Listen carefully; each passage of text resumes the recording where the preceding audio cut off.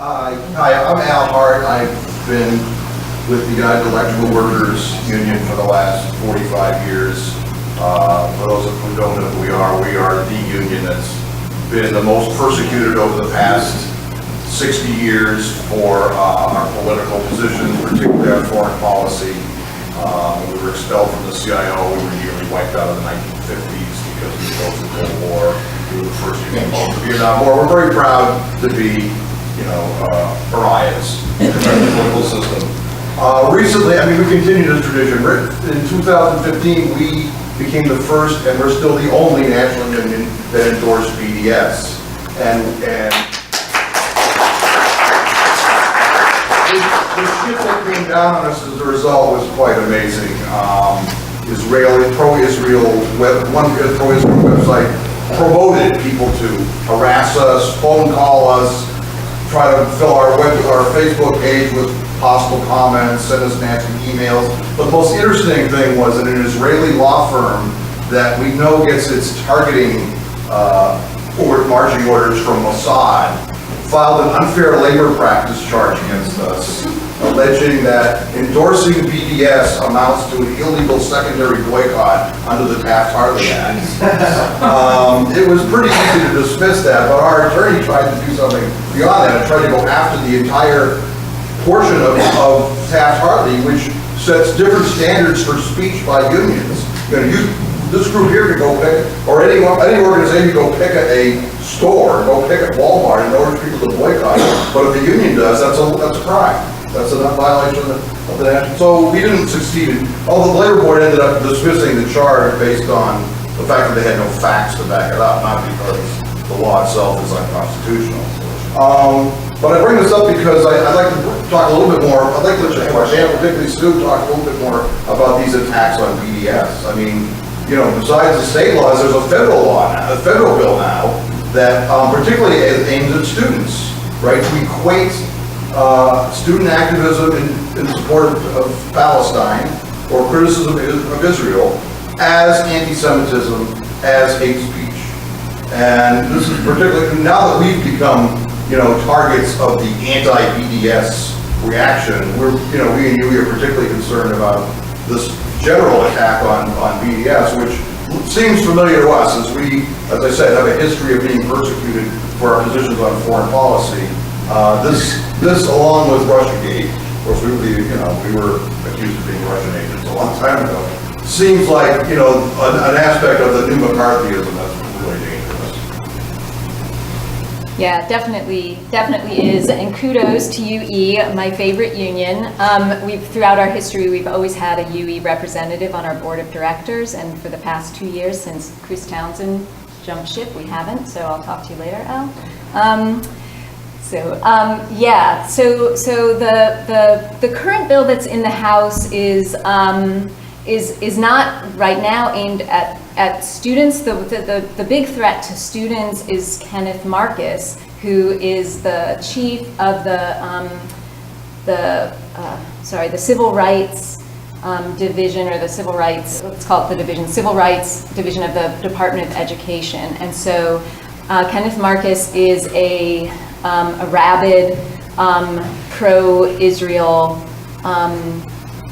stalwart. And his passion is really finding a way to go after student activists under pro-Palestine human rights student activists under federal civil rights laws, and claiming that they are creating an environment at their schools of anti-Semitism. And so he just reinstituted a lawsuit against Rutgers, I believe, that had been settled in the Obama administration. They're like, this is not a violation of civil rights for these people, for pro-Palestine students to be agitating for Palestinian rights. So that's a huge concern for us right now. Is what Kenneth Marcus is going to be able to do on campuses. It seems that with with as many bills that have become law in so many states, that maybe we're not going to be seeing more anti-BDS bills in the states because they've maybe reached their tipping point. But this is a passion of a lot of members of Congress, is to, and I was at an event where Senator Casey, who's the senator from Pennsylvania, just flat out said the BDS movement has got to be stopped. It is so clearly aimed at weakening the BDS movement. It is not aimed at protecting. It's not aimed at protecting Jewish people or Jewish students from anti-Semitism. It's all about crushing the movement. So it is huge, and I'm gonna look again and remind myself what the bill is now that Congress is probably going to vote on next week, so that I can tell you more about it. I saw your question over here. My name is Willie Vickers, and I like to say that I'm very glad that I showed up. I didn't know anything about this. I know very little about Mr. Debs, and I'm very, very happy to be here to learn more about it. My question to you is, okay, in regards to the Sedition Act, you have mentioned in this prosecution that there were some business influences that took part of it. My question to you is, well, actually I have two of them. Were there any Southern influences in the passing of this act and in this prosecution? The Sedition Act. Who? Toward me? Anybody. Oh, anybody. Well, just to say, if we thought of Wilson's perspective towards race, again, being one of the most well-known racist presidents in the 20th century, the references to economic is his jury at the time, recall, again, this is in 1918, their average income was over $50,000, which was really quite substantial. So the country's leading socialist was tried by a jury of well-off businessmen. It's a very interesting question. I hadn't really thought about it that way. One thing that occurs to me is that it's interesting to note that one of the largest areas of draft resistance in the war was in the South, and particularly in the Southeast. And Tom Watson, well-known racist but populist agitator, won his Senate seat in Georgia in 1920 by going after the Sedition Act. He positioned himself as a free speech advocate. He himself was arguing against the war and was shut down. He was threatened with federal prosecution if he continued to protest against the war. So the South is, I mean, this was a national legislation. The South was a particularly fraught place in terms of draft resistance, and the largest percentage of draft resistors were in the South. That was a very good question. Let's go back here. Sure. Whichever. Okay, my name is April Stoltz, and my question is for Brother Freeberg or Fitrakis. And so what I got from listening to both of you talk about Eugene Debs is how deeply connected he was to his value, the moral crusade. People loved him because he was compassionate, he could connect with people, he was relational. And to me, I guess my question is, with those characteristics, along with his ability to, it would seem to me, to talk about this ideology in a way that people can understand it, right? Not, I but just talk regular, connect with folks. So my question is, what can we learn today from being able to put these two things together and how we do our work in the world? Well, I would say one thing that made Debs so successful, he was able to translate socialism into an American vernacular, and he had the ability, as a person from the Midwest, he's managed to speak to and hold together in some sense, a party that was a coalition that had very diverse backgrounds and interests. We're talking about German immigrants in the Midwest and disgruntled farmers in Texas and in Georgia, and the radical bohemians of San Francisco and Greenwich Village. All of them were held together in many ways. Many of them were frustrated with Debs because he was not a particularly a theoretician, but they kept going back to him as their leader because he was able to relate to so many of these different groups, as Robert had suggested. And he also managed to speak of socialism as something which was an inevitable next step in the expansion of American democracy. Right? His great heroes were John Brown and Wendell Phillips and Frederick Douglass. And he managed to make the argument that essentially the United States had defeated chattel slavery and wage slavery was the next logical extension.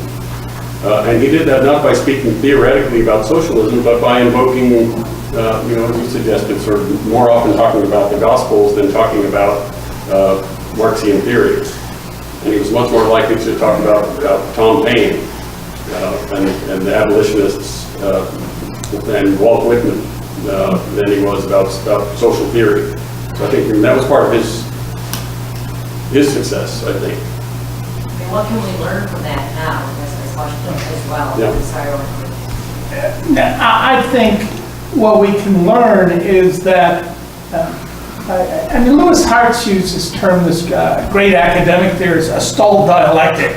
He argued that the problem with the U.S. is we were sort of born bourgeois without a class of aristocrats, and thus we've never pushed the debate over who owns what and what that means for power and what that means for democracy.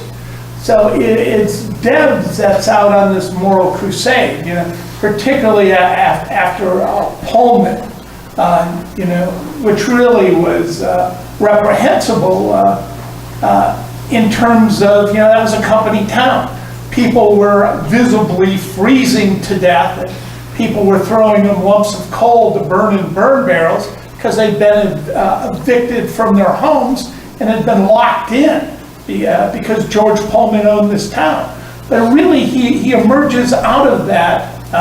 Prior to that, he was, quote, the blue-eyed boy of destiny, right? They thought he'd be this great democratic leader. But in this conversion process, it seems like Debs almost became incapable of filtering and lying about what was happening in the United States during the Gilded Age and the era of the robber barons. And by doing that, he was able to reach out to all sorts of movements that don't often work together. The prairie populists, the sewer socialists of Milwaukee. No one built better parks and made the sewers run on time than the Germans in Milwaukee. And the immigrant wings throughout, the Jewish Federation of Socialists in the New York area. But also, to just everyday workers. And he not only, was able to unite them, he hung out with them. He drank with them. He had a habit of giving away his coat to them. Numerous reports. And he'd come back without his top coat, etc. And really, wherever he went, the point was made that he was loved, and he wasn't an intellectual. He wrote one book, Walls and Bars, and that's really about how inhumane prisons were. But an equally important book, when he was arrested, America's leading poets banded together and wrote a book of poetry. The thought, this is a political leader. The poets come forward because they loved him, so much. The biggest heart, right, that ever will beat betwixt here and the judgment seat. James Whitmore Riley, right? He was able, and he did it by running for office, and these were moral crusades. And the spillover on the local level, many of these cities ended up, Schenectady, New York, Milwaukee, Wisconsin.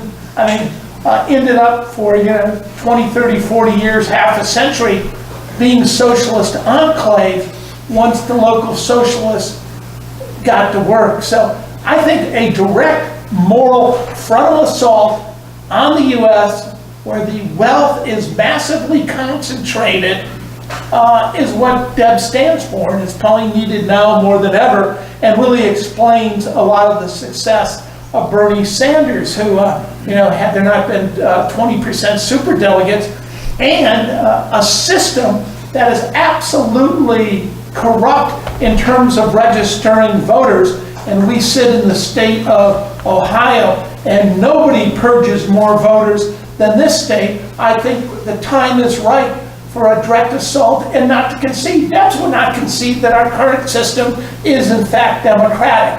It was that sort of, unwillingness to kind of play the political game and pretend like, yeah, a few reforms are needed, that ought to help. He was uncompromising and he was a moralist. Yeah. Oh, we've got. The food is here. We just asked that you come up a bit if you want to have a conversation. It's going to really distract the Q&A. Take a private group conversation out to the hallway if you would, and we'll continue this. We want to try to keep up with the time schedule that you all have in front of you. Okay. Great. Okay, and I would actually just add two things to what we were just talking about. One is that there's probably no way Debs ever actually owned as many overcoats as he was anecdotally supposedly gave away. But second of all, I think we could just sum it all up as coalition building, being willing to work with groups that we may not agree with on every single particular thing for the sake of a bigger goal. And like one of the really good examples of that would be the 1920 election, where Debs earned nearly 1 million votes, his highest count, and those didn't come from socialists by and large. Like you said, they came from free speech activists, so maybe another lesson we can take from that. So, next question, and can we take someone from like this part of the room maybe, or here, right here, in the middle? Bob Parker, my name. I was just curious, when you were talking, there was obviously no internet, not even any radio or TV. So in what way did Debs become so popular? It would seem like either was it directly people hearing him speak and how large were the audiences, or was it through the writing, or is there something else I'm missing? Well, the largest newspaper on planet Earth existed in 1912. It was the Appeal to Reason out of Girard, Kansas, with more than 750,000 subscribers. So they actually built a socialist newspaper that had reporters which were really, in many ways, socialist members and activists throughout the entire country. So they had a whole network. They had the Telegraph, and they put out 300 pamphlets, right? They had a pamphlet, provocative pamphlet, on virtually every subject, and very good campaign material. So you had this vast array, and you also had all these local newspapers, and a lot of that is really looking at the repressive power of the state in World War I, and also during the first Red Square. Because one of the first things they did is shut down these county-wide and local socialist newspapers that really carried a local view on socialism. I thought another interesting part about the socialist culture in those days was the soapbox oratory tradition, and it was very much a rite of passage if you were going to become socialist, that you would take your turn terrorizing it as that could be, to stand up in front of sometimes hostile crowd and work this through. And they were very good at helping to train people to speak to a wider audience. It was a sort of baptism by fire in many cities. They were very intentional about it. Debs was a great speaker. And it was illegal. They were agitators, right? They had to check in with the sheriff to make sure they did. Often that's the case. Andrew, did you have something to add? No, I just had another question. Okay, let's take a question down here in the hat. Jerry Dolcini, a retired public school teacher. I've read some of his speeches, but I haven't seen him on film. And I'd like to hear that eloquence that is often described. Is there a source? Sorry, I was going to say, unfortunately, there aren't really any audio recordings of Debs. There's one that's gone around, but it's not him. I think it's something from a few decades later.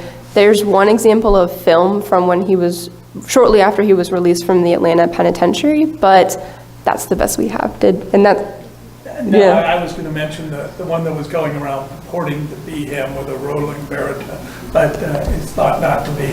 Yeah, unfortunately. I'm sad about that too, because I wish we could hear it.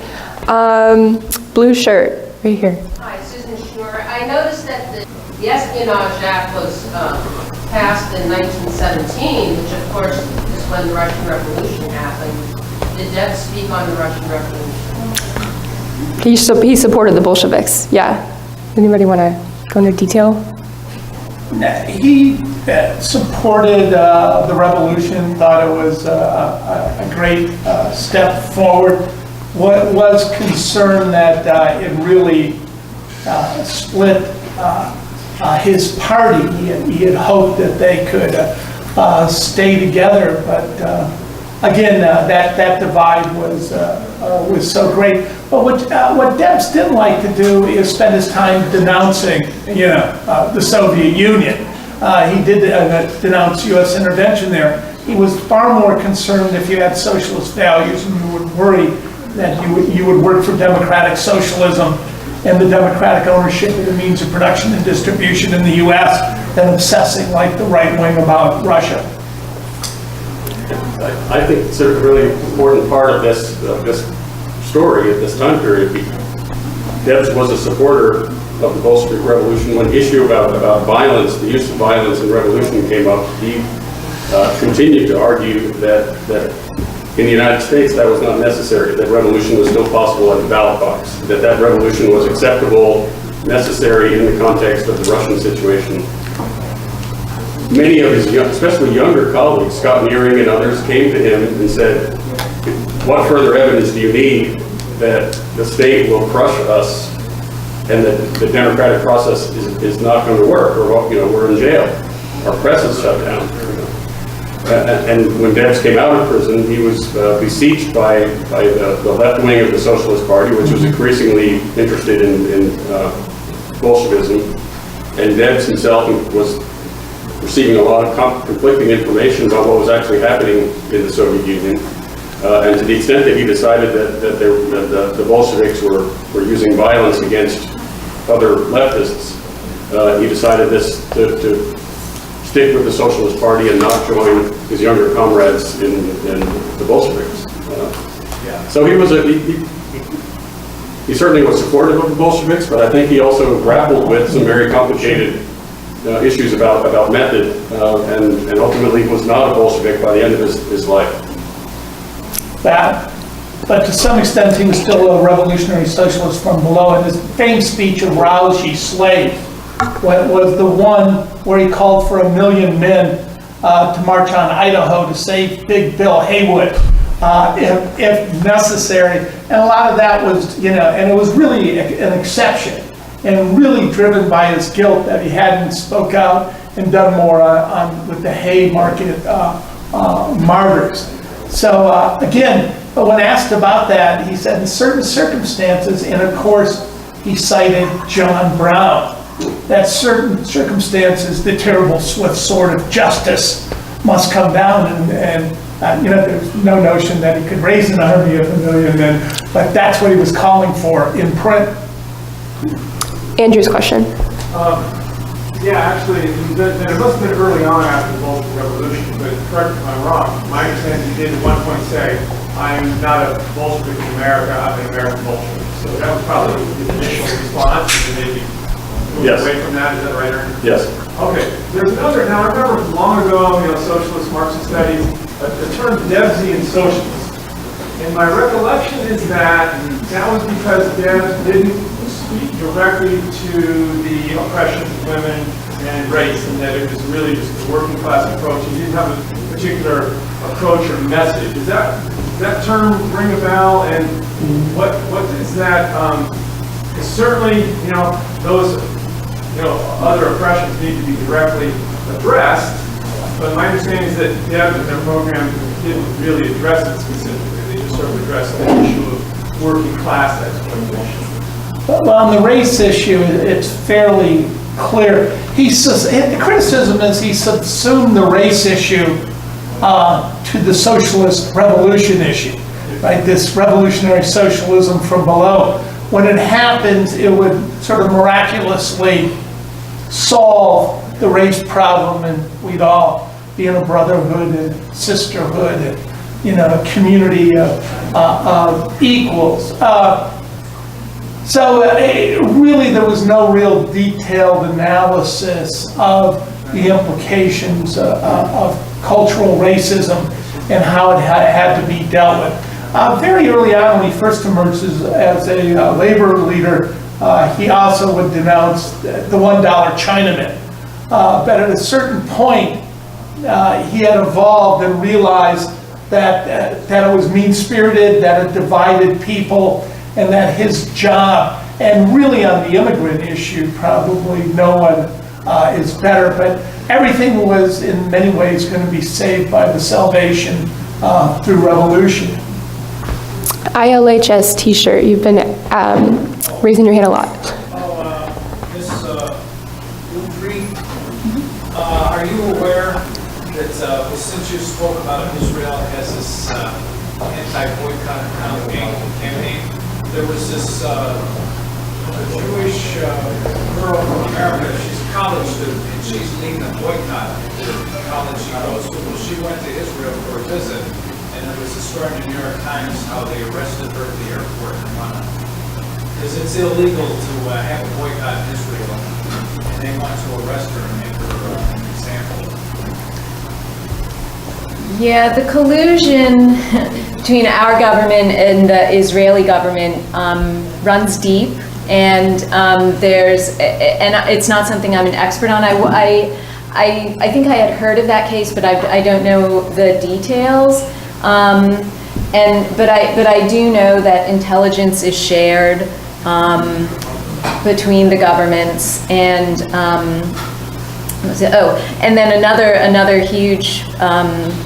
I guess a huge new campaign that we're engaged in is the way that so many local police officers are going to Israel to be trained in police tactics and to be trained in basically militarized tactics and profiling.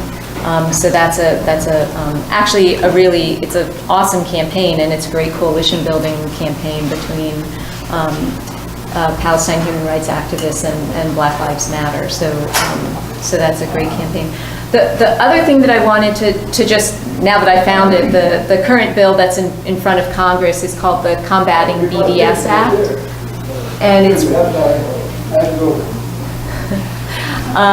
the Combating BDS Act, and it's not aimed at campus activism, but it's aimed at denying state contracts with companies that engage in a boycott of Israel. So there are a bunch of these bills that might not necessarily have very much of an impact, because how many companies are engaging in boycotts against Israel that are also trying to get state contracts, but it's just the idea of condemning this movement.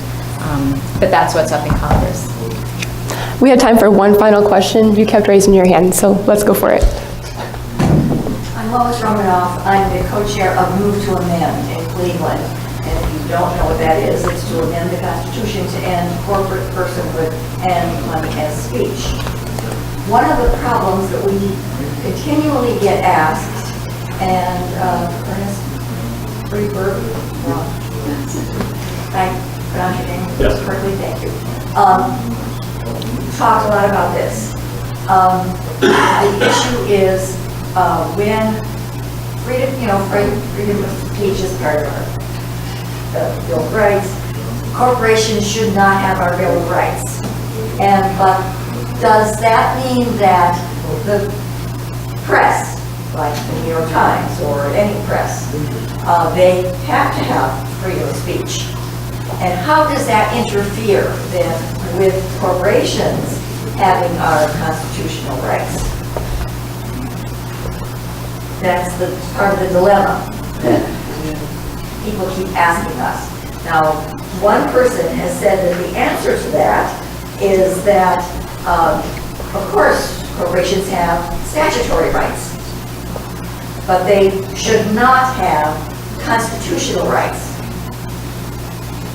And, but a lot of people think that they should have constitutional rights. In fact, right now, Adam Winkler has written a book called We the Corporations, and he thinks that they should have constitutional rights. And the issue has to do with using freedom of speech with regard to that issue of constitutional rights. You may engage with this more than Yeah, I wish I had my constitutional colleague Chip here, because it does raise a number of thorny issues. So my understanding with the issue of corporations having constitutional rights is really what the Supreme Court said. It kind of says that money is speech, and therefore corporations can use all this money as speech. And so that's very different from the newspapers being allowed to publish what they want to publish. And also the free press is itemized in the First Amendment, that Congress will make no laws to abridge freedom of the press. So I think we're safe there. I think one of the questions about that is that the way I understand it is that Citizens United also impacts unions and the union ability to raise money and contribute money to campaigns. And another big problem with the way that the First Amendment is now being